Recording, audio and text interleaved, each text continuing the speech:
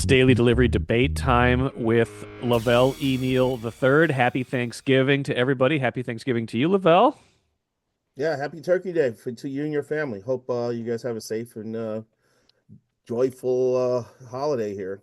Yeah, you too. Some good football today. You don't always get the best games on Thanksgiving, but this year plus the Black Friday game's pretty good too. We're lucking out with the games this year. We are, include some of the college games that are going on tomorrow too. It's going to be really good viewing tomorrow. If you have time to sit in front of the TV for a few hours and catch some football, tomorrow's going to be a good day. I mean, Thursday is going to be a great day for that. Any day is a great day for football. Vikings don't play until the late game on Sunday, not Sunday night, but the 3 o'clock window on Sunday in Seattle. Um, they're double-digit underdogs in this game, Lavelle, which tells you where they're at, tells you where the Seahawks are at.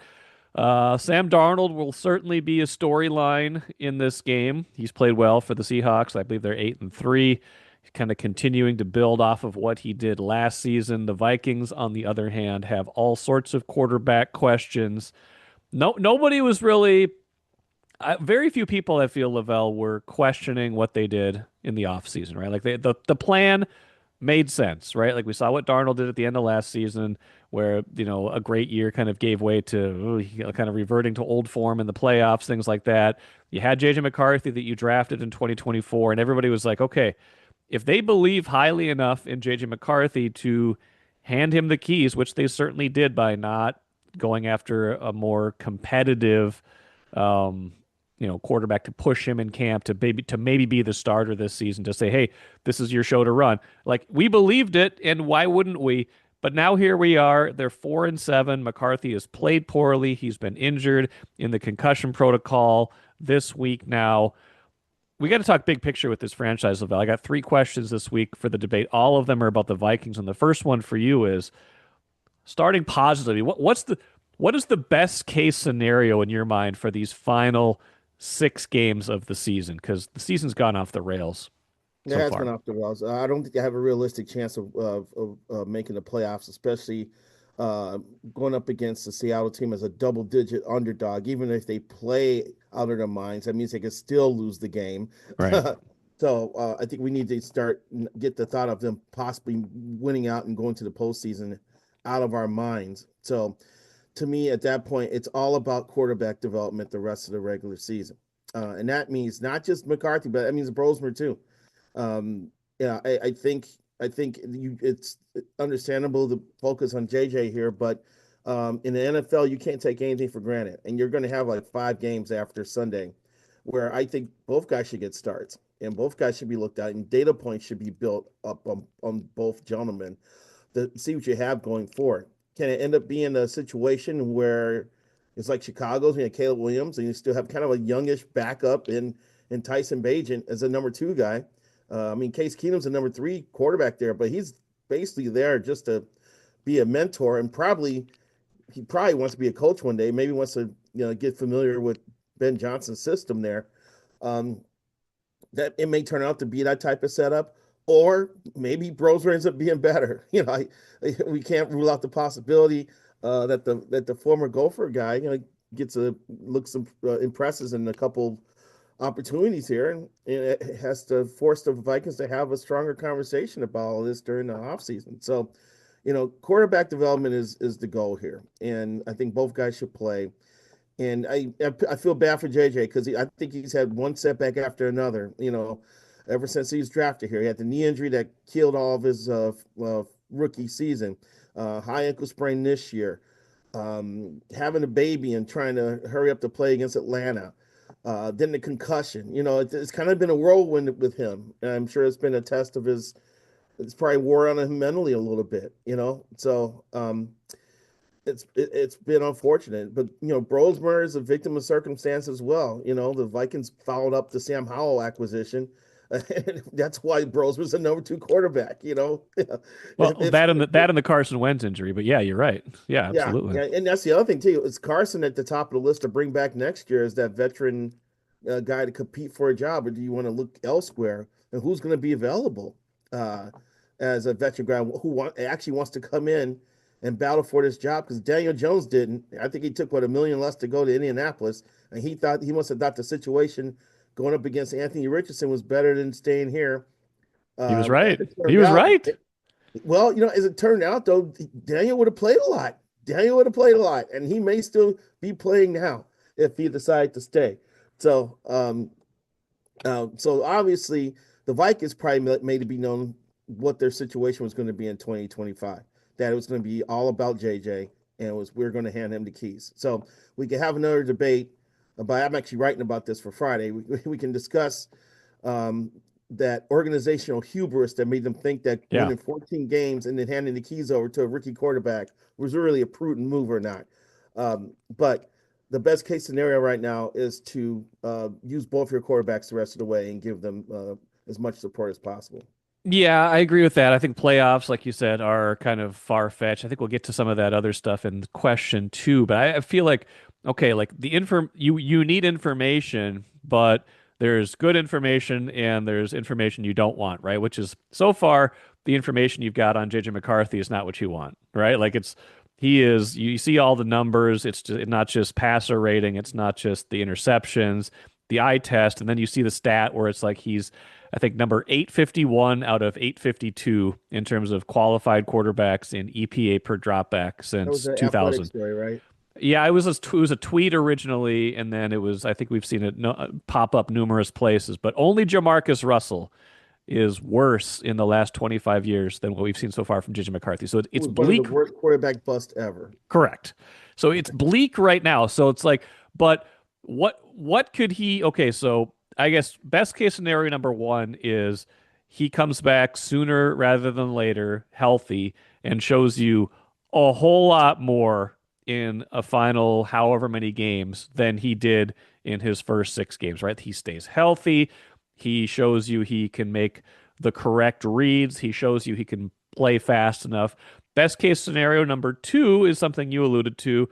You play Max Brosmer and you say, okay, maybe his ceiling is higher than we thought. Maybe everybody has been kind of wrong about him along the way. Guy who barely had any offers out of high school and goes to an FCS school in New Hampshire, plays really well there, throws a ton of passes, barely gets recruited as kind of that last senior year, that transfer year. I think it was the Gophers and Wake Forest were the only ones that really were in on him, but then has a really good year in the Big Ten against a tough schedule, has good numbers, and then, shows them enough to be an undrafted free agent. And then, he could, it's very rare, but he could be the kind of guy that just keeps getting overlooked.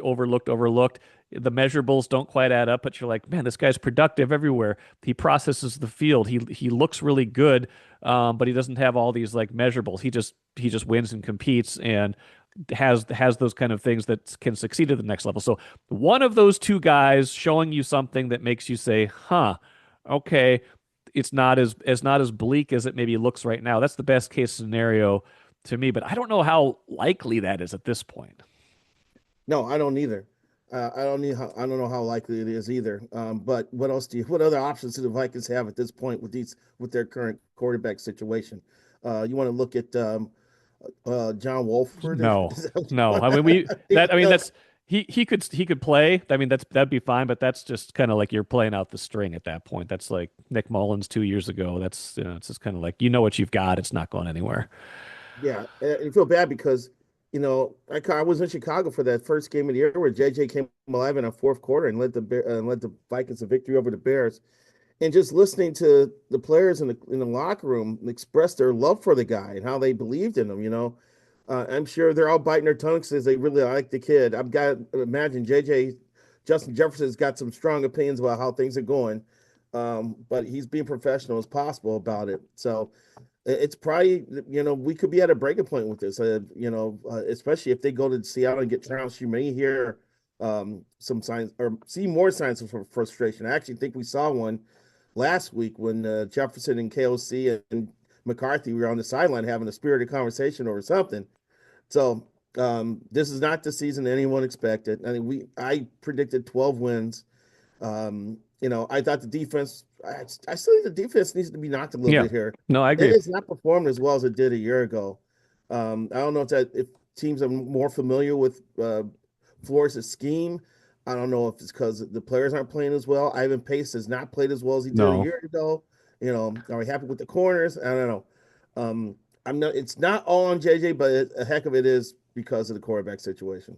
Well, I think some of the defense too is that they're barely ever playing with a lead, and teams never feel like they have to take chances against the Vikings because they're not scared of their offense. So they're not putting the ball into dangerous situations. They're not having to play from behind where you're going to get those interceptions more frequently. So it is some of it's complementary, but I think some of it, to your point, is the defense hasn't been as sharp as it could be. And then the special teams, which by and large have been good, have made catastrophic errors each of the last 3 weeks with turnovers or with the long kickoff return against your Chicago Bears. More on them in a minute. In Kicker the isn't third, shabby though.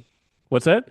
The kicker isn't too shabby. He's very good. Yeah, Will Reichert is your team MVP right now, which is an indictment of everything else. It's not. It's true. He's your team MVP right now. Okay, question number two then kind of feeds off of question number one. What is your what's the plan for 2026 then? Let's like play this out.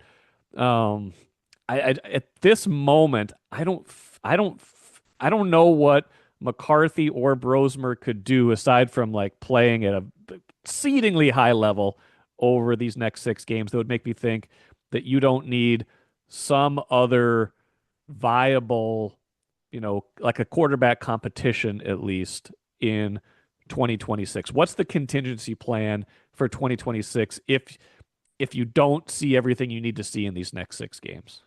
I think regardless, even if the Vikings play fairly well down the stretch, if they go like 3-2 and McCarthy uh, looks like he's not floundering in the middle of the Finding ocean something. anymore, Yeah, I think you still bring in a veteran quarterback and impress the guy and someone to be prepared to play in case there's injuries.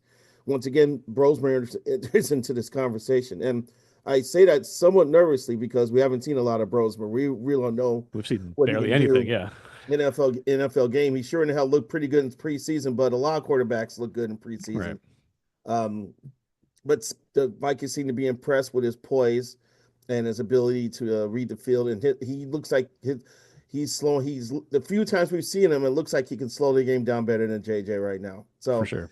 Roseman is a conversation. So yeah, we may have a three-headed quarterback competition going into 2026, but I'm at least bringing in a veteran guy who wouldn't mind being the backup if he doesn't outright win the job. That's gonna be up to Kelsey to find the right fit for that. Um, their pick last year, Sam Howell, did not work out. Fortunately, Wentz was on the street, and Wentz probably still be starting right now. Maybe. If he had not hurt his shoulder, he probably would still be the guy. So they have to make sure the quarterback infrastructure is stronger than it is right now. There's different degrees to Or that kind of though. There's different degrees to that though, because you can sign a guy who is kind of just a guy, right? A guy who, is a placeholder, like a Carson Wentz type, someone who is a functional quarterback, but won't be somebody who's going to take you to the playoffs. And that would probably signal we're still all in on developing McCarthy and or Brosmer. We think that there's something there. We don't want to like, completely turn this over and kind of go back to what we're used to do. Or there's kind of like a secondary option where you bring in someone like, what would have been like Daniel Jones this year, or trade for like a Mac Jones who's played very well for the 49ers this season, where it's like, okay, we're we're nervous enough about what's happening here that we need someone who probably will have to start some games and could outright win this job if we just don't feel like this is working, and we're still trying to compete. Or or you completely blow it all up, salary wise, structure wise, and you say, "Hey, our roster is still good enough. We're going away from this plan. Hey, we think Kyler Murray or somebody else who might be available for big money can help us win right now. We have a roster that's good enough to win in the next 3 years. We think we have a quarterback who can be top 10, top five that we could go get." So there's different ways you can approach a contingency in 2026. What is Aaron Rodgers' contract situation for He 2026? was a 1 year guy, so he's still on the market. Who knows if he wants to play again? Who knows? I mean, he sees he's not the answer anymore, right? I still feel like he would have been a pretty good fit here. Like you look at all the pieces around him now, knowing what we know about what's happened with the offensive line, that might have been more Right. difficult to project him having a good season here. But I guarantee you, Justin Jefferson would have more catches, more targets. I think Jordan Addison would have more than zero catches last week. I think he had one target for no catches last week.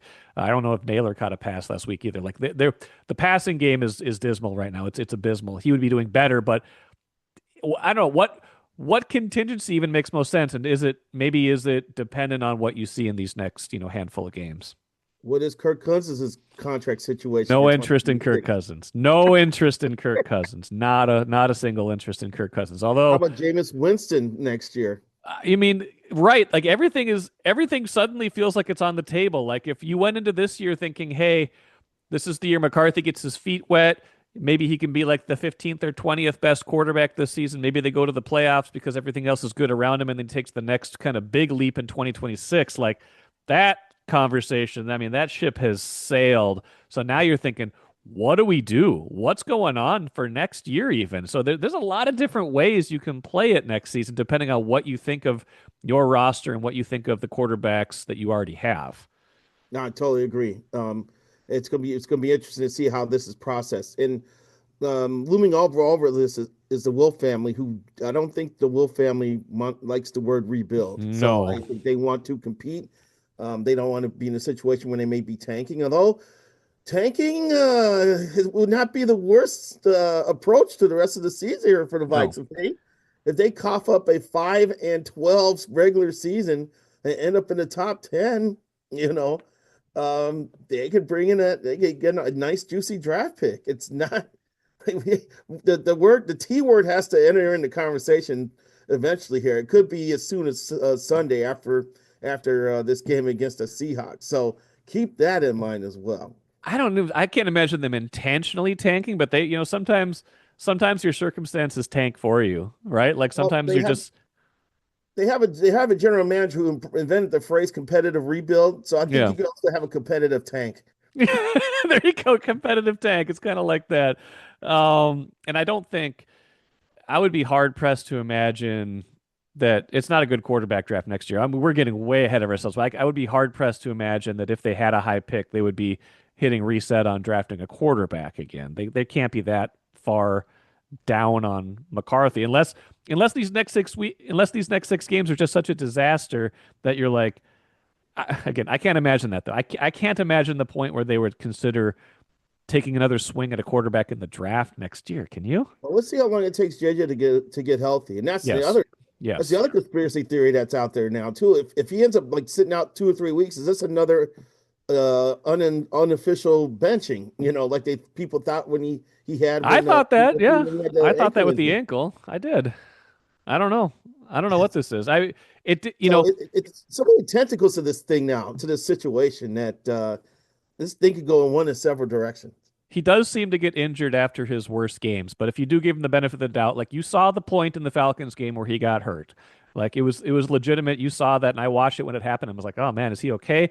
He played through it, but then high ankle sprain. If he's a great quarterback, he probably comes back after 3 games, right? Or if it's the playoffs and he's a legend, he probably tapes it up and tries to go. But he's a young quarterback. You don't want to risk it. He needs developmental time anyway. Yeah, Head having injury. covered Oh, go having ahead. covered baseball these years, when I hear high ankle sprain, I said, well, that's at least a month. you know. Head injuries you don't mess with. They would not fake a head injury. And you watch the end of the Packers game, there's definitely a two-play sequence where you can see, okay, that's probably where it happened. So you don't want to mess with that. But the conspiracy theories are out there because of how poorly he's played, right? Where you're like, are they inventing this injury to protect him because he's just been that bad? And that's not that's not good either. And if he can't stay healthy, that's part of the equation too, because even if he was playing great right now, the health part is part of the equation. He's had you know, the injury last year that kept him out of the entire season. He's had the ankle and now he's got the concussion. Like these are, you know, I don't know if you call someone injury prone because these are all different things and a concussion is different than other things, but if he can't stay on the field, that's another part of the discussion as well.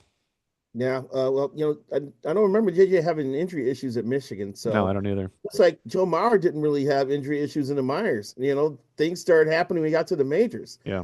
It's what is what was it, a second or third major league game? He had the meniscus tear. Yep. You know, Yep. no one saw that coming in the No. minors. He was pretty durable. So Yeah. you just don't know No. about these things as players mature. The bodies start to get the man muscles added on and how they react to it all. So uh, I just feel bad for JJ because he I do seems too. like he's a really likable guy. Yeah. He should never uh, revealed that he believes he has an alter ego named No. Nine. That's going to dog him. It's been all downhill from there. That was after the Lions win, and it's been nothing but trouble since then. I know. He thought he had the corner turned, and I'm sure it's going to be interesting too with KOC.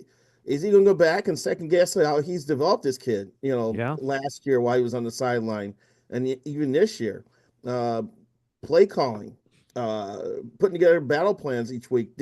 Was this with the best interest of JJ in mind? There's been a lot of concern about KLC not calling quicker developing plays to make JJ get the ball of his hand quicker, or maybe stay out of trouble. Has he utilized the run game? I keep reading some things about needs to run the ball more, but other people are pointing out that a lot of times in second and two, where KOC normally likes to take shots and get explosive plays, he has handed off. So um, should he have treated JJ like it was Kirk Cousins and taking a couple shots on the field? But we've seen him throw 7 or 8 interceptions just on passes to JJ Justin Jefferson alone. I Yeah. keep doing the double JJ Well, things. that's I mean, I mean, he got. I I'm mean, gonna, I'm gonna just say 9 and 18. 9 and 18, double it up. Yeah. I mean, you heard him after the Packers game. I mean, they went with a very conservative game plan. They're talking about their razor thin margins for success. Like that language in and of itself is troubling, right? Because they understand at this point what the limitations are in their offense, and they're trying to do everything they can, I think, at this point to simplify things. And then the second half, it was disaster anyway. They couldn't move the ball no matter what they tried to do. And then, of course, he got hurt. Well, So, on the list of troubling phrases, in addition to that one, JJ using the number 9 to describe himself. The worst one was this whole rewiring of his pathological rewiring neurological neurological pathways. pathways. Yeah. That it was troubling. I'm dealing with that in Chicago with Caleb Williams' development, and the analogy there has been drinking water out of a fire hose. Yeah. Learning the offense. I think JJ's rewiring neurological pathways is worse. Maybe. Hey, thank you for mentioning the Bears again because it gives me an entry point into the last debate topic, which is do the Vikings need to, even if they don't like it, even if the owners don't like the idea, do they need to embrace a more thorough rebuild here? Are we close to the point where they don't just admit, hey, the 2025 plan didn't work, but we need to recalibrate. We need to get younger. We need to, cut some ties with these veterans. I look at some of these contracts they've got, like TJ Hawkinson's not had a great year, hasn't looked good. Like, is he someone who they could, cut in this offseason, take a little dead money, but not be paying, as one of the highest paid tight ends anymore? Like, do they need to get younger and just kind of take some more lumps in 2026 and stop trying to have it both ways? I mean, it's possible. Everything has to be on the table. Where do you want to upgrade this roster at? You never have enough edge rushers. Um, Two, you may want to look at what some teams are doing, like the Raiders are doing this with Brock Bowers and Meyer. The Bears are kind of doing it with Komet and Colson Loveland, having a second tight end who can catch passes. Hmm. Maybe they can add a guy uh, on Hawkins's other side and attack teams that way. They may need a safety. Harrison Smith has not lightened it up. No. The future Hall of Famers had a illustrious career, but he started behind the 8 ball with his injury with some personal issues he was dealing with. And it's not like we're seeing him make explosive plays. He's not crashing down on people like he used to. And there's not turning over the ball. It probably could never have enough corners either. You start with there linebackers. Just one more. Um, Yeah. I love Van Ginkel. I love Grenard. I love Cashman. That's probably the core of your defense you want to build around. Um, but from a secondary standpoint and a D line standpoint, those areas definitely uh, point to as where areas you could upgrade. I generally like the offensive line. They may have to get a center going forward. I like the running back tandem. I think it's functional. Yeah. Although I like what I it's, don't know how much I is like, left in the I don't know how much is left in the tank with Aaron Jones, but good point. Yeah. The running backs yeah, are good. but you got Jordan Mason though that can kind of Yes. help with that. Like take some of the load off of Aaron Jones if need be. Um, is Thielen going to how much longer is Thielen going to play? You It, know, he probably shouldn't play more than this year. He's had a lot of drops. He just does. He's not been anything close to and it's impactful tough for them watching this that year. because Adam Thielen to me was a moving clinic in terms of how Yeah. to get the line of scrimmage, hand fighting at the point of contact, and getting open. Yes. Thielen was always open, Yes. and it was fun to watch him play. So yeah, that's the thing about this year. You may end up saying goodbye to Thielen and the Hitman Harry Yeah. after this year. Two guys who had illustrious Vikings careers. So yeah, so there's holes to fill, definitely. Do they have to do a tear down? Not necessarily. I don't think the Wolves want to hear the word tear down, just like they probably don't want to hear the word tank. No. But it may have to be on the table at the end of the year. Yeah, I mean, maybe not a complete tear down to the studs because they have guys still on the roster who could kind of help you bridge the gap and be competitive. But they're going to have a lot of picks next year. They got their own first, their own second, their own third. Probably going to have a couple compensatory picks at the end of the third round for Daniel Jones and for Sam Darnold. You got your fifth, you got your sixth, you got a bunch of sevenths. Like you're probably going to have 10 picks in that draft. Now you wasted a fourth, I think, on Thielen, but you're going to have, you got a bunch of opportunities to get younger, to get better. Do you trust that they're going to get better in the draft? That has not happened so far, but it is an opportunity to kind of hit reset, get younger, kind of shed some salary and just say, hey, you know what? If the plan was to kind of bridge the gap this year, it didn't work. You got to maybe take another step back in 2026 to be really competitive going forward beyond that. I don't know. Well, that thing is too. Quasi has had to use free agency to fill in the holes that he's created Yeah. by bad drafting, Yes. and it's worked out in some ways. But you can't go to that well too often. You got to No. have even the Rams. Eventually have to take hit on the draft, and they did. They They did drafted Jared Verse when the Vikings was another guy the Vikings could have had.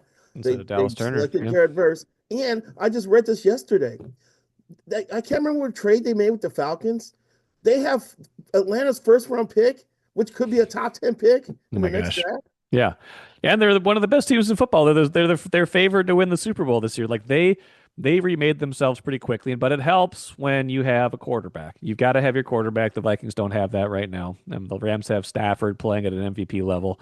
The Vikings don't have anywhere near MVP quarterback play. In fact, I would dare say they have had the worst quarterback play in the league this season between what McCarthy's given them and then a lot of what Wentz was giving them. It's got to get better, Lavelle. It's got to get better.